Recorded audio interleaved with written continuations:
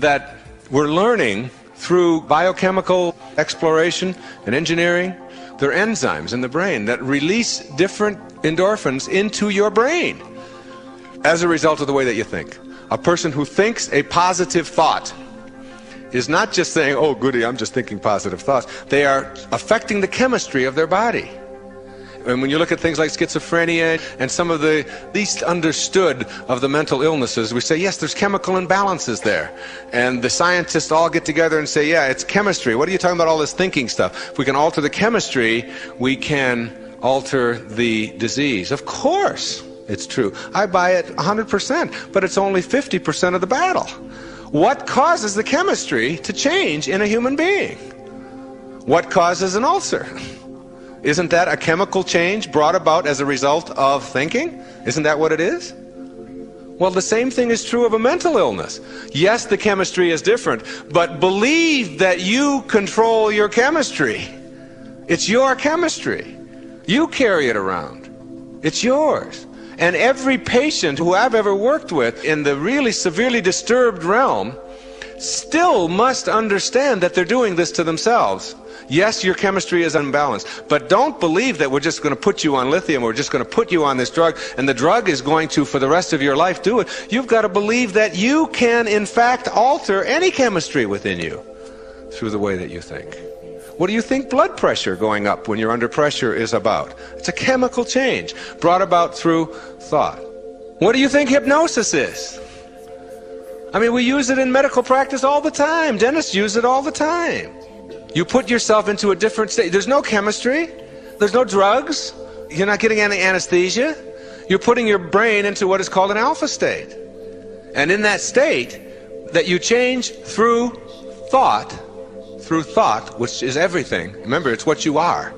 Thought is what you are. Thought is also what your husband is and what your children are. It's just your perceptions of them. That's all you get. You can't get to the process of what that human being is. You can only get to one level removed from the process and accept them for what they are in the process that they are. And when you put yourself into this state in a dentist chair, they can drill all day. They can do root canals. And you can think of just anything that you want to. And my dentist told me, Sid Weber, who used to be my dentist when I was living up here, told me that when he was undergoing training to learn this hypnotism, someone told him that he would give a post-hypnotic suggestion that his wedding ring was very hot and that he wouldn't be able to stand the heat of it, so that when that suggestion was given, his mind would go into this other state and he would have to take it off because it would be very uncomfortable. And he went through this thing, and then he mentioned the word, the hypnotic suggestion, and his fingers started getting very hot, and he couldn't get the ring off because it was swollen. And he finally, after a lot of struggling, he got it off, and there was like a 3rd-degree burn around his finger. And this is a guy right here in town who's a practicing dentist. And the stories of the kinds of things that you can do through thought are not some magic boogaboo kind of thing. The man in India that we're talking about, who has an ashram in southern India, he's supposedly the highest spiritual being on our planet. He's this peaceful, beautiful human being who can make ashes like come out of the air. He's pulling dust out of the air through his belief in it. And everybody's going, ooh, how do you do that? I got to get you on the Merv Griffin show. For him, it's just as easy as it is for you to get up and brush your teeth in the morning. It's because of the pureness of that thinking system. I can control my thoughts. Store that away. My feelings come from my thoughts.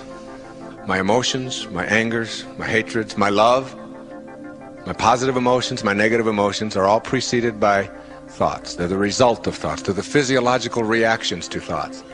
And emotions, which are very vital and very important to each one of us, can in fact be controlled by our thoughts in positive ways. I'm not an anti-emotion person. I'm not someone who believes that you shouldn't be emotional. I'm saying your emotions should never be immobilizing. They should never be defended as something that you use to keep yourself from being all that you can be, or explaining it all away because I'm just this kind of person. I've always been this way. I can't help it. That's my nature. That's the kind of person I am. You are the kind of person you have chosen to be as a result of how you use what you are, the pureness of your thought. It's all that you are. Your form is leaving. It's changing. in that little tiny drop of protoplasm that once was you. Everything was programmed in you. Every hair that you have and every one that fell out. It was in that little drop of protoplasm, all right? That little tiny drop of protoplasm changes and changes, and everything that you need to be all that your form needs to house this soul that you are, and these thoughts that you are, wears out and changes and dies. But thoughts never die. Thoughts never die. That's what it means to be transformed. You've gone beyond your form.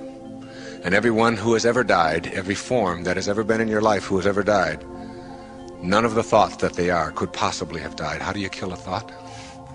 It's the highest form of vibration in the universe. How can you kill it? It's there. Be in tune with it. And you know, we would have a lot less trouble with death if we began to understand that death is just merely a form of transformation. It's all it is. It's a beautiful form. Imagine how necessary it is. Imagine what our planet would be like without it. It'd be very crowded. And yet, there's room for thoughts forever in an unlimited universe. You can't run out of space because you don't need any space for thoughts, do you? And that's what you are. Before you came here in that little tiny drop, there was no space for you. You didn't occupy any space, yet your essence was there. And it will always be there. And it's nothing to ever fear. You don't kill thoughts. Thoughts are what you are.